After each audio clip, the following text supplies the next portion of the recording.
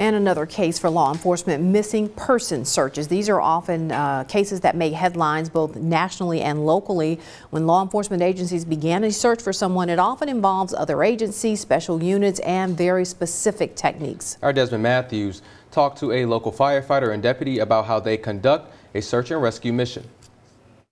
The biggest thing I can tell the people is it's a process. When a loved one goes missing, one of the first calls families make is to law enforcement, and making that call as soon as possible is critical. The first 24 to 48 hours is integral. As time goes on, a victim or lost person, a subject can move further and further away, greatly increasing our search radius. Winston County investigator Scott Core says 5 of the last 8 missing persons investigations he's led have had a happy ending, and he couldn't have done it without a plan in place. Deputy Core says that after the sheriff's office identifies that the missing person search is not a crime scene, they call in the pros to strategize the best ways of finding the person in wooded areas like these. We collect all the data that they have given us, and we have a profiling software that we use. We use statistical data to come up with a profile for likely locations where this subject would be located. Jeff Franks is the deputy fire chief in Winston County. He says after they get a description of the missing person, they send out teams of volunteer firefighters to find clues in targeted areas. So we always search until conditions dictate that we don't search.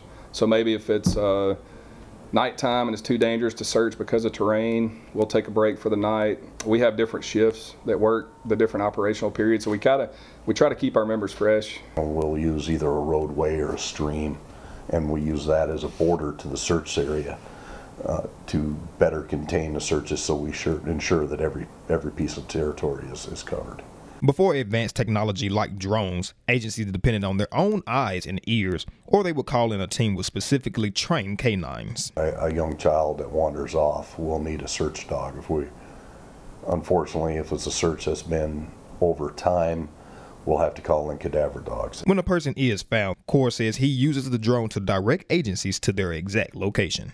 A lot of times, once I find something, I'll actually use the drone and put it into a hover over the spot, turn on the searchlight so searchers can see where it's at and go directly to it to interrogate. In Winston County, Desmond Matthews, WCBI News. And Coors and Franks both encourage families who may have a missing loved one to be patient with law enforcement because the process can be slow.